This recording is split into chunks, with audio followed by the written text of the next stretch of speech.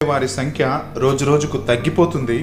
Mobile ఫోన్లు, ల్యాప్టాప్లు వాడే వారి సంఖ్య రోజురోజుకు పెరిగిపోతుంది. పుస్తకాలు చదివే డిసిప్లిన్ చాలామంది పక్కన పెట్టేస్తున్నారు.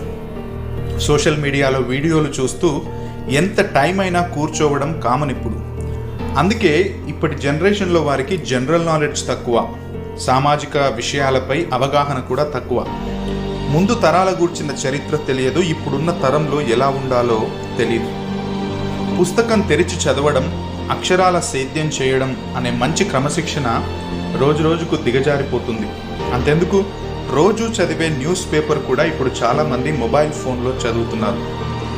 అసలు పుస్తకాలు ఎందుకు చదవాలి? ఎందుకంటే పుస్తకాలు చదివితే మన మైండ్ చాలా షార్ప్ అవుతుంది, ఆలోచన సామర్థ్యం రోజురోజుకు పెరుగుతుంది. ఒక విషయంపై వివిధ రకాల అభిప్రాయాలు ఎలా ఉంటాయో మనకు అర్థమవుతుంది. బుక్స్ చదివితే మనకు